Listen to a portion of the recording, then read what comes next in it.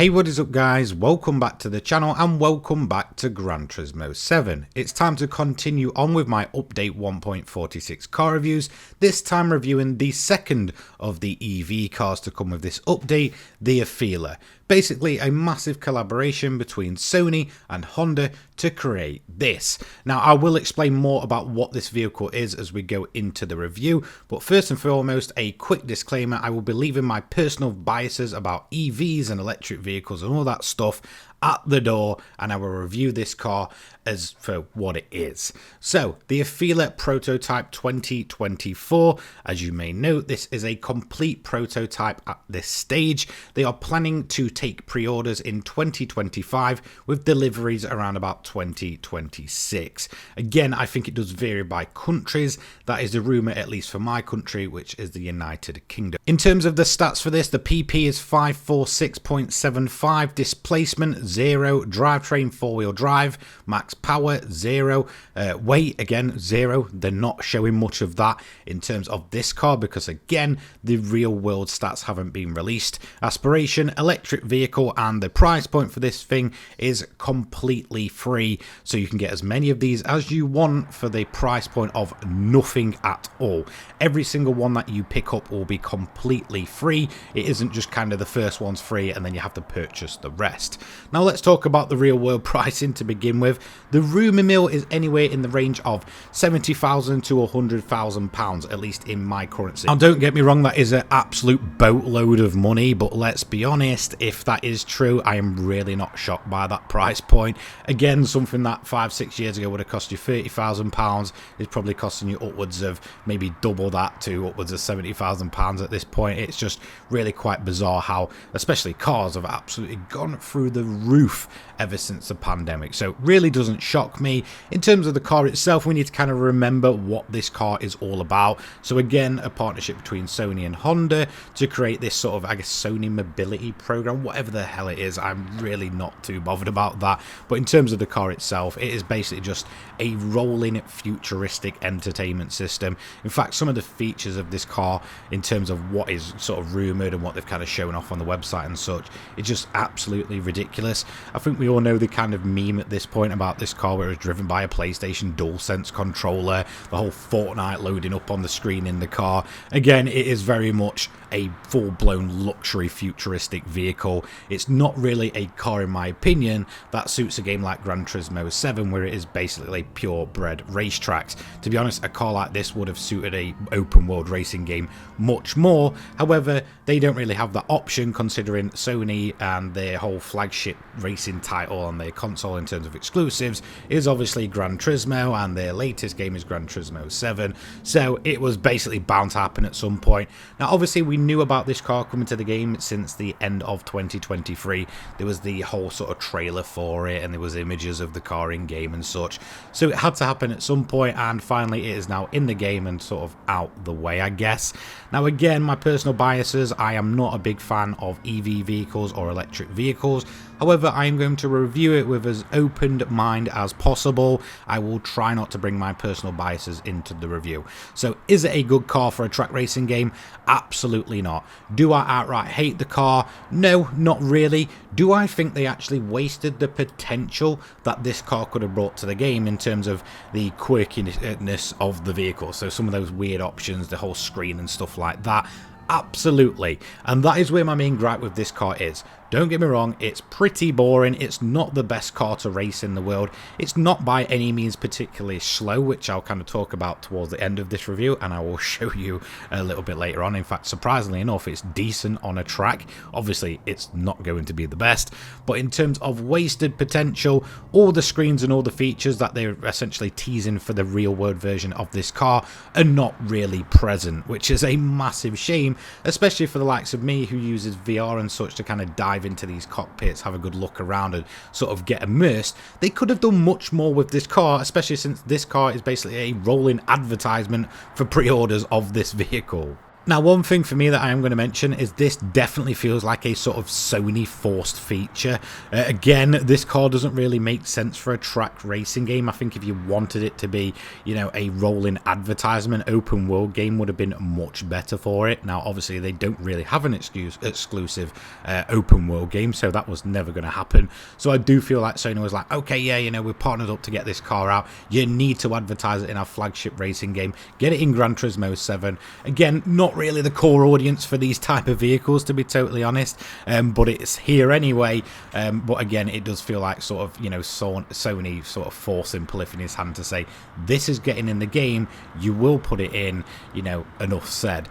But again, like I mentioned, in terms of the potential this car could have had for the likes of VR and all that kind of stuff, and, you know, the whole showroom, completely absent, so don't expect any of those quirky features to actually be featured in this car if you are a VR user. Yes, I was disappointed by that because that was the only type of feature I was interested in with this car.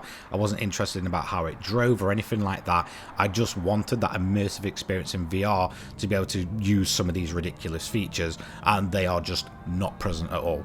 Anyway, driving potential, let's move on to that. I've had my rant.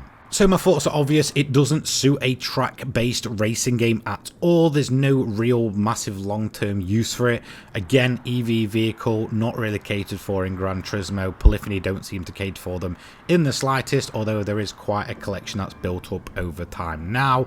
So again, its uses are limited long-term. However, I have gone as deep as possible with this vehicle. So I've done the single-player events. I've hosted multiplayer lobbies featuring a one make of this car. I've tracked it around the Nordschleife like you're seeing here for my review. I feel like I have had the most I can out of this car. Again, it completely lacks the typical upgrades considering it's a outright prototype, so none of that's really allowed. The only real thing you can change is the likes of tyres. So again, I have tried my best to dive as deep as possible into this car before getting to the review. And do you know what? In terms of having a one make race, I did manage to have a few laughs with this car. But again, unless someone's running those very specific custom races, you're not going to get much out of this. Again, it's probably sort of a one and done vehicle. And it is a bit of a shame because, again, from a standard perspective of the way it drives and actually its performance for a car that isn't aimed at being performance based at all, and again is just a rolling advertisement for Sony, as well as the whole sort of rolling infotainment system and all that kind of stuff, luxury vehicle, it is actually very decent in terms of its performance. Did exceed my expectations for it, which were very, very low. And in fact, the more I've looked at this car, and at first glance I'll explain exactly what I thought of it, the more I've actually become to kind of like the big blocky style. Again, I think a lot of cars, especially EVs and such, you'll find that manufacturers are trying to go massively overkill with the style, really, apart from Tesla, but I just outright hate Teslas, let's be totally honest. But again, when it comes to modern day EVs, manufacturers are trying to be as quirky and weird as possible, and it's quite refreshing to see an EV just try and be as minimal as possible. So when it comes to the first glimpse of this car, the first thing I straight away imagined was the Lizard Bonfire from Ridge Racer Type 4, and that is hence in why I've got this livery on. For me, it was just absolutely, that's the Lizard Bonfire, but it's now an EV car and it's like 25 years down the line. Again, straight away as soon as I saw it, I was like, yeah, that's Ridge Racer right there. Nothing else comes close to it, and still to this day, even after diving into it, for me this will always just be a modern day road going version of the Lizard Bonfire from Ridge Racer 4. So overall, is it the best performing car in the game? Of course it's not. Is it basically just a massive promotional thing from Sony themselves, shoving it in their flagship racing title? Absolutely. Does it miss the mark by not including those weird and quirky features of the actual real thing? Absolutely. So VR users, again, you guys probably won't even get a use out of it either if you're only in VR and you like looking around all the detail of the car. Unfortunately, a lot of the features are missing. So can I really recommend this car? Well, yeah, it's free. Just add it in. Do I think you're going to get any long-term use out of it? Probably not. Again, it's sort of a flash in the pan. Sony's put it in. It's an advertisement for them. Do I think any of the core audience of Gran Turismo is ever going to go on and pre-order one of these things and buy it? Probably not. However, let's move on to the overall lap time of this car, and this is where the results actually did surprise me. So the car sits in the 600 pp category and it comes overall 20th. Okay, so this is where the car really surprised me. If you have a look from around about P14 down to 20th, there's not really too much time in it. Around about 7 seconds before there's a big jump between the R32 Nismo and the Nismo 400R between 13 and 14. And in fact, the AFEELA does really kind of hold its own here. This car is in no way, shape or form a track car. It's not even a performance car. It is basically a rolling infotainment system, a luxury vehicle, and yet here it is, almost slapping the likes of the Audi TTS Coupe, the Evo 9, and almost beating the Tesla Model S signature performance from 2012, which in a sense will be its closest rival. And we actually do see progress there. That is a performance version of the Tesla Model S. In around about 12 years time, all of a sudden a standard EV that's full-blown luxury with all these additional features has almost beat it, being around about 4 seconds off.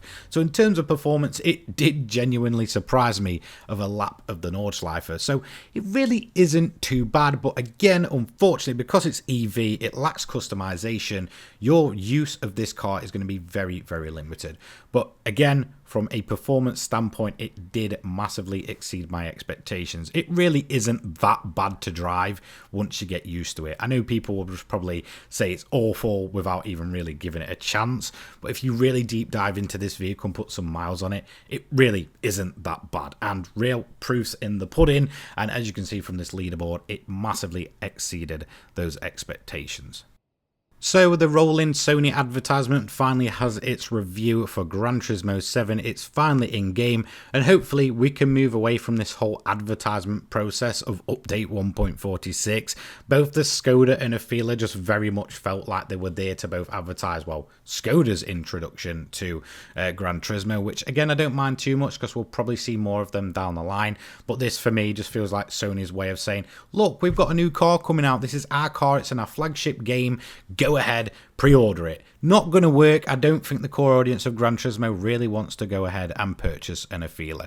It's cool, it's quirky, but it is again wasted potential. It could have been so much more, even if it isn't really a car for a track racing game. Anyway, let me know what you think of this free car down below. Thanks so much for watching. Take care, guys. Peace.